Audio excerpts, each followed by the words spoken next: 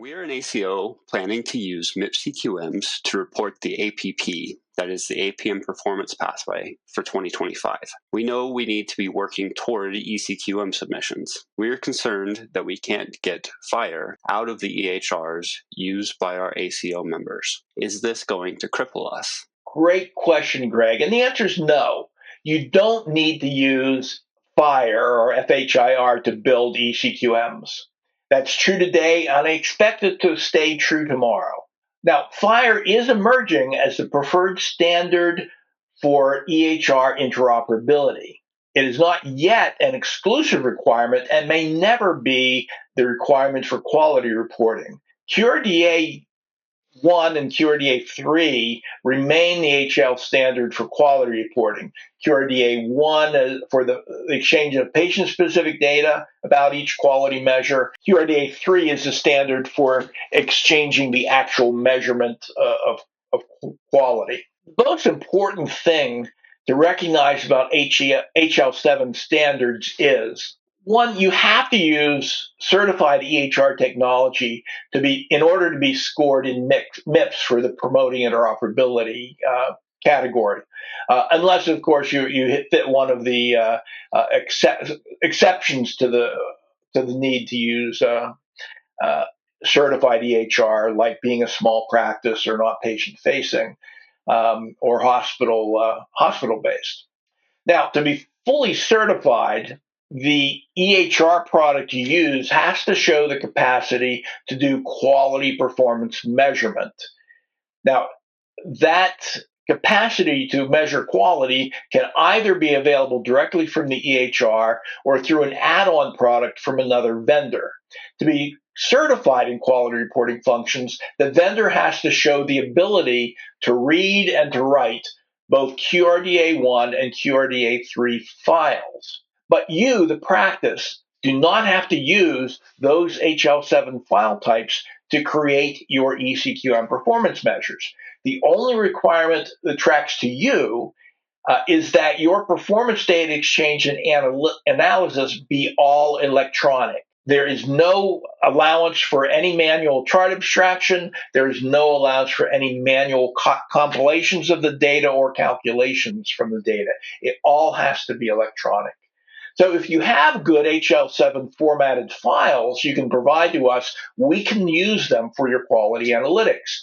QRDA 1, CCD, FHIR, others, we can read them, we can use them in your analytics. We find two common problems with HL7 in daily use for quality reporting.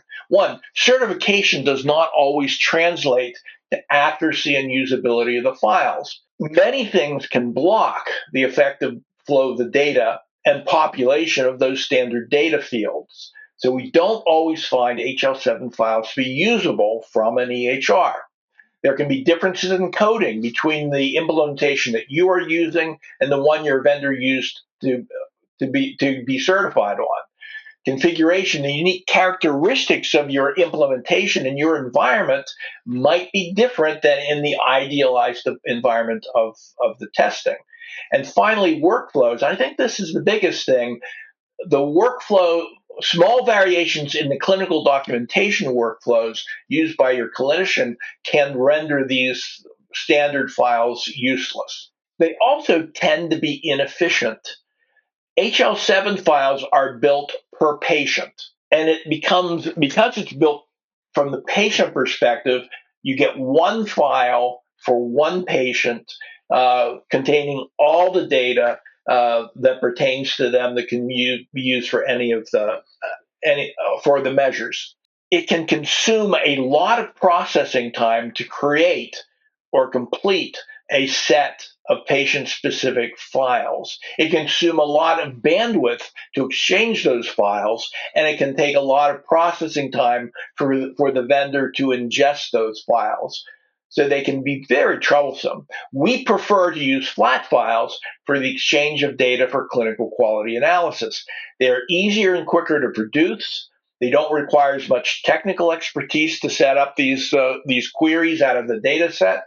It's easier to remediate variations in local clinical documentation workflows, and it's easier to find and remediate problems in the files. Rather than one file for each patient with a comprehensive set of patient-specific data in each file, flat files are one file for each data element, with one row for each instance and distinct columns linking that data element to the patients and encounters. It's dramatically more efficient to build and exchange these files. Instead of one file per patient, a typical data set might be one claims file, one file for the results in the performance year, one file for the vital signs in the performance year, one file for orders that are generated in the EHR, and one file for the immunization recorded in your EHR.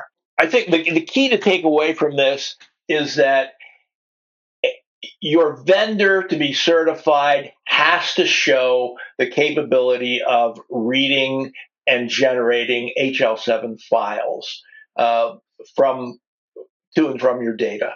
But the only thing you need as a practice is for it to be all electronic data that generates your eCQMs. And the other, an advantage of all of these data types is that we can take those flat files or the HL7 electronic files and use them to make either eCQM or MIPS CQMs. Now, it can get a little more complicated than that, but I think that's enough for one session. Thanks for the question.